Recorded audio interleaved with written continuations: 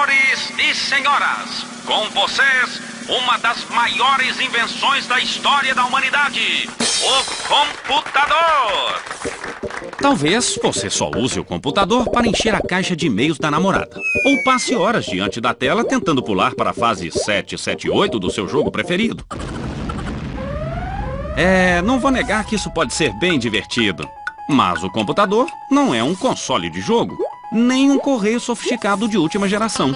Muito menos uma caixa de som interativa. O computador é uma máquina criada para executar tarefas variadas com precisão e agilidade. Com ele, a gente pode escrever textos, fazer pesquisas, projetar um prédio, editar filmes, retocar fotos, conversar com os amigos, calcular, organizar informações, controlar todo o processo de fabricação de uma indústria. Só para citar algumas coisinhas. Mas como uma máquina como esta pode fazer tantas coisas? O que acontece aqui quando a gente pressiona uma tecla ou um mouse? A resposta está aqui dentro, em algum lugar. Achei! Senhores e senhoras, com vocês, o cérebro do computador. Ou seria o coração? Bem, o fato é que o microprocessador realiza praticamente todas as funções necessárias para o computador funcionar. Mas como uma peça tão pequena pode fazer tanta coisa? O microprocessador é formado por milhares de pecinhas como esta, os transistores. Dá até para fazer uma comparação com o nosso cérebro. O ser humano está o tempo todo usando os neurônios para guardar ou para processar uma informação. Pode ser uma coisa simples, como o número de telefone de casa, ou um pouco mais complicada, como escrever uma redação sobre o impacto da globalização na sociedade e a construção da pós-modernidade. Ufa, haja neurônio. O fato é que toda a informação circula no nosso cérebro por esta rede de neurônios. O computador não tem neurônios, claro, mas tem transistores, milhares deles reunidos em circuitos. É verdade que os transistores não são células, mas sim peças eletrônicas criadas pelo homem graças aos seus neurônios, diga-se de passagem. E assim, como um só neurônio não serve para muita coisa, um transistor sozinho também não ajuda muito. Para falar a verdade, os caras que inventaram o transistor nem sabiam muito bem o que fazer com ele. Mas ao criar uma rede de transistores, o homem resolveu um grande desafio. Como processar informações com agilidade e segurança sem precisar de muito espaço. E assim como a gente usa a rede de neurônios para entender a quântica e a globalização, o computador usa os transistores para abrir um programa, mudar a fonte do texto, salvar uma foto ou simplesmente dar um ponto final. Se estes caras não tivessem inventado o transistor, esta turma não tivesse a ideia de juntar os transistores em circuitos, e este aí não tivesse reunido estes circuitos em microprocessadores, você provavelmente não estaria usando este computador. Mas algo mais parecido com isto.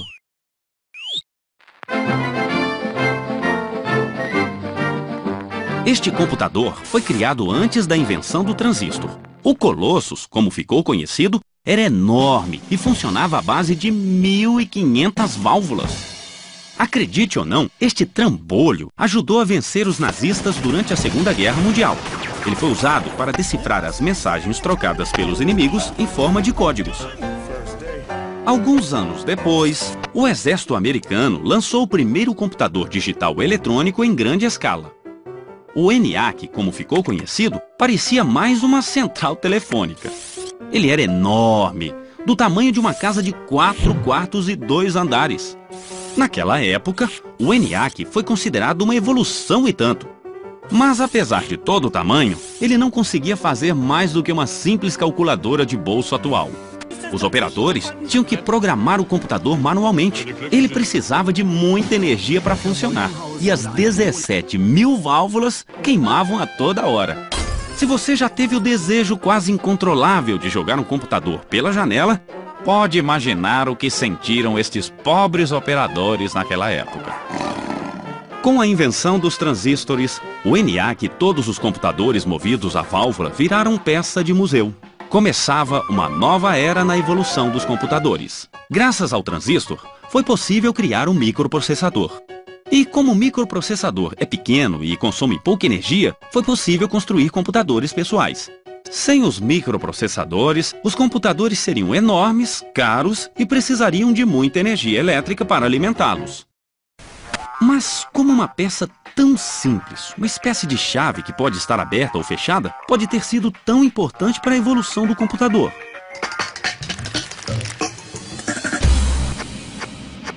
É aí que entra a matemática. A linguagem que os discípulos de Pitágoras chamavam de linguagem de Deus. Porque o bom e poderoso computador, na verdade, só sabe fazer uma coisa: calcular. Para calcular, nós usamos o sistema decimal formado por 10 dígitos. Isso é bem prático, já que nós temos 10 dedos. O computador não tem dedos, mas sim transistores. E o transistor só tem duas opções. Ele pode estar ligado ou desligado, com ou sem corrente elétrica. Seguindo este raciocínio, alguns programadores chegaram à conclusão de que seria bem mais fácil se o computador trabalhasse apenas com 2 dígitos. E por isso, adotaram um sistema binário. Com corrente elétrica, o transistor fica aberto, o que na linguagem do computador significa o número 1. Sem corrente, o transistor fica fechado, o que na linguagem do computador significa 0. Vamos pensar no transistor como uma lâmpada. Apagada, temos o 0. Acesa, o 1. Ou seja, temos apenas 2 possibilidades. Com 2 lâmpadas, temos 4 situações possíveis: acesa e acesa, acesa e apagada, apagada e acesa, apagada e apagada. Mais uma lâmpada e teremos 8 possibilidades. Como você pode notar, as sequências possíveis dobram cada vez que acrescentamos uma lâmpada. Com 5 lâmpadas, temos 32 estados possíveis. Desta forma, é possível representar do número 0 ao 31. Mas como? Vejamos esta sequência de 5 lâmpadas. Se todas estiverem apagadas, vale 0. Apenas a primeira acesa vale 1. A segunda, 2. A terceira, 4, ou seja, o dobro da anterior. A quinta vale 8 e a sexta vale 16. Se quisermos representar o número 4, basta desligar as outras. Mas e para formar o 12, por exemplo? Basta ligar o que vale 8 e o que vale 4. 8 mais 4 igual a 12. Assim, poderíamos representar outros números apenas acrescentando outras lâmpadas.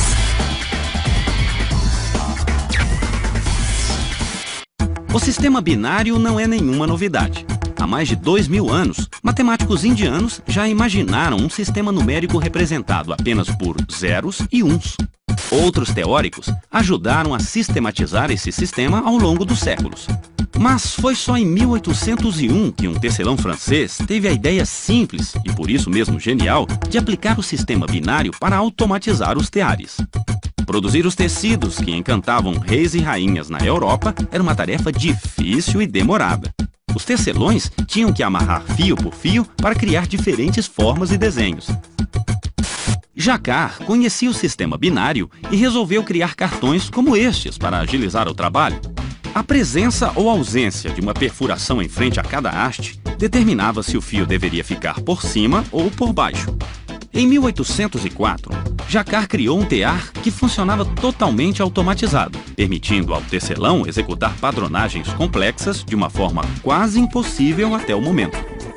Para mudar o padrão do tecido, tudo que o tecelão precisava fazer era substituir o cartão. A invenção de Jacquard não era um computador, mas, sem querer, acabou se tornando importante na história da informática. Os transistores atuais funcionam na mesma lógica dos cartões perfurados de Jacquard. Assim como os cartões, os transistores têm apenas 2 estados possíveis: ligado ou desligado. No caso dos transistores, cada estado corresponde a um dígito, 0 ou 1, os famosos bits. Tudo no computador é formado por sequências de zeros e uns. Mas espera aí, o computador não é uma máquina de tecer, nem uma calculadora. Eu posso desenhar, escrever, Como ele faz para representar a letra C, por exemplo, se ele só entende 0 e 1? A letra C, como todo mundo aprende na escola, é a terceira letra do alfabeto.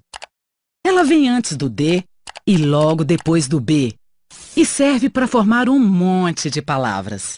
Mas para o computador, a letra C não existe. Porque para o computador, a letra C é um número formado por sequências de zeros e uns, os bits.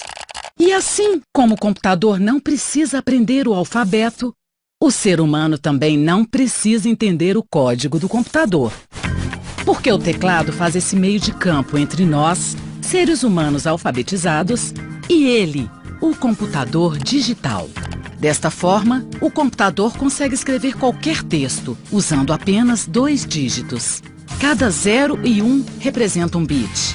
Um bit é a menor unidade da informação. E assim como alguém decidiu que um conjunto de 12 forma uma dúzia, definiu-se que um conjunto de 8 bits seria igual a um byte. E pensar que é possível representar tanta coisa apenas com bytes, ou seja, com sequências de zeros e uns. Esta foto aqui, ela tem 4 megabytes. Isso significa então que ela é formada por milhares de bytes, certo? Os computadores de hoje podem processar uma quantidade cada vez maior de bytes. Mas o primeiro computador digital, lançado em 1953, não chegava nem perto disso. Se a gente pudesse voltar no tempo e falasse para esse pessoal aí que um dia eles iam poder ter um computador em casa ou no trabalho para fazer um monte de coisa diferente, eles provavelmente iam achar que era uma pegadinha. Porque até os anos 70, os computadores pessoais não existiam. Os computadores ainda eram grandes e caros, ficavam guardados em salas especiais e poucas pessoas sabiam o que fazer com eles. Eram os mainframes, que não tinham nada a ver com nossos computadores atuais. Até que começaram a aparecer os primeiros computadores pessoais. Surgia aí uma nova geração de computadores. Tá certo que no começo eles pareciam mais um painel de avião, talvez. Estes aí não tinham nem monitor e se comunicavam com as pessoas através de luzes. Com o tempo, os computadores evoluíram. Ficaram mais práticos, mais ágeis, menores, diminuíram tanto que hoje cabem no bolso. Mas esta história ainda não acabou. Está em plena evolução e a próxima geração, bem, isso a gente vai ter que esperar para ver.